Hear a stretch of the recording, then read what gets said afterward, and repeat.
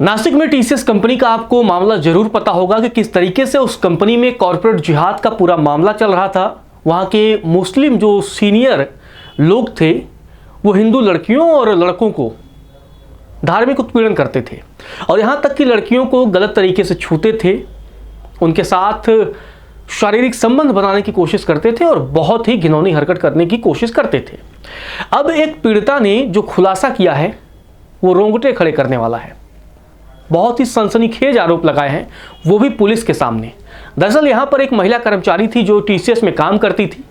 नई नई उसकी शादी हुई थी। अब उसने अपना दर्द बयां किया है और आरोप लगाया है कि उसके मुस्लिम साथी उसकी साड़ी खींचते थे और यहाँ तक कि उसके जांघ पर हाथ रखते थे और साथ ही पति को रास्ते से हटाने के लिए भी कहते थे। पीड़िता की नई नई शादी हुई थी और उसने जो दावा किया है, जो आरोप लगाए हैं अपने साथी सहकर्मियों पर, वो बेहद ही घिनौने हैं। महिला ने बताया है कि उसे प्लेयर, जीरो फिगर जैसे ताने दिए जाते थे, हिंदू देवी देवताओं के बारे में अभद्र टिप्पणियां की जाती थी और कई तरीके के अश्लील इशारे भी किए जाते थे। पुलिस के सामने पीड़िता ने जो आप बीती सुनाई है उसको आपको ग्राफिक्स के जरिए बताता हूं। पीड़िता ने कहा कि 20 जून 2025 से अपनी शादी के बाद से मैं टीसीएस की नासिक ब्रांच में एक एसोसिएट के तौर पर काम कर रही हूं। मेरी 3 महीने की ट्रेनिंग 24 जून 2025 को शुरू हुई। मेरी ट्रेनिंग लीडर शाहरुख कुरैशी और जयेश गुंजाल थे, लेकिन रजा मिनन जो कि लोन ब्रांच का टीम लीड था और जिसका ट्रेनिंग से कोई लेना देना नहीं था, बार बार ट्रेनिंग रूम में मेरे पास आता था और मेरी निजी जिंदगी के बारे में पूछता था। तुम्हारे पति दूर रहते हैं तो तुम सब कुछ कैसे संभालती हो? क्या तुम्हें डर नहीं लगता? क्या तुम्हें कभी भी किसी की चीज़ की ज़रूरत महसूस हो तो प्लीज़ मुझे बताना, मैं किसी भी समय तुम्हारी मदद के लिए हाजिर रहूँगा। अब ये सारी बातें पीड़िता ने बताई हैं। पीड़िता ने आगे बताया है कि वो किस तरीके से ताने मारता था, पूछता था तुम्हारी अभी अभी शादी हुई है, तुम हनीमून के लिए कहाँ गई थी, तुमने वहाँ क्या किया। जब रजा ऐसी बातें करता था तो उसका टीम लीडर शाहरुख कुरैशी उसे और उकसाता था, ऐसा महिला ने आरोप लगाया है। महिला ने आगे कहा है कि शाहरुख अक्सर उसकी शादीशुदा जिंदगी के बारे में लगातार सवाल पूछता था।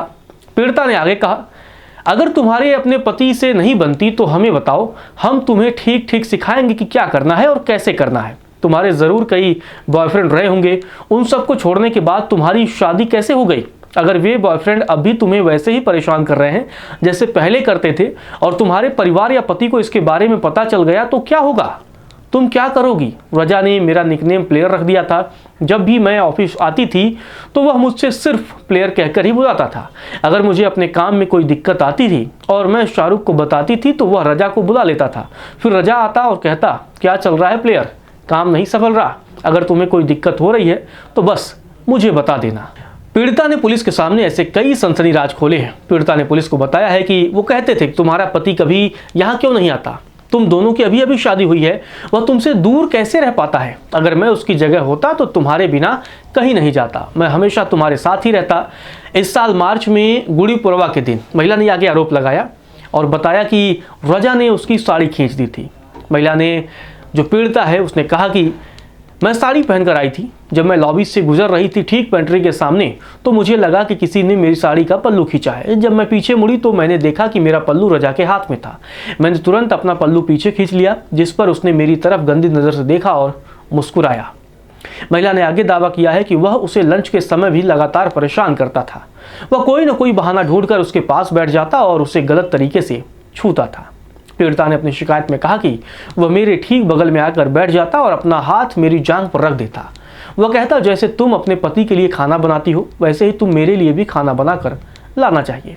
शादी से पहले तुम्हारे बॉयफ्रेंड जरूर रहे होंगे तो एक और बॉयफ्रेंड रखने में क्या हर्ज है? भले ही अब तुम्हारी शादी हो चुकी है, लेकिन मुझे इससे कोई दिक्कत नहीं है। तुम्हारे जो भी शारीरिक ज़रूरतें होंगी मैं उन्हें पूरा करूँगा। अब आप समझ लीजिए कि किस तरीके से इन महिलाओं को परेशान किया जाता था जो मुसलमान नहीं थी, जो हिंदू थी। और उत्पीड़न की कहानी यही नहीं रुकी, ये सिलसिला चलता रहा। इसके बाद ऑनलाइन भी शुरू हो गया। जब उसने इंस्टाग्राम पर उसे फॉलो करना शुरू कर दिया, उसने वहाँ भी ब्लॉक कर दिया। मतलब ये जो रजा था वो लगातार महिला को टारगेट करता था, पीछा करता था और यहाँ तक कि सोशल मीडिया पर भी फॉलो करने लग गया।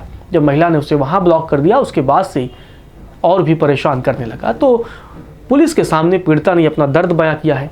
इस पूरे मामले पर आपका क्या कहना है? कमेंट बॉक्स में हमें ज़रूर बताइए।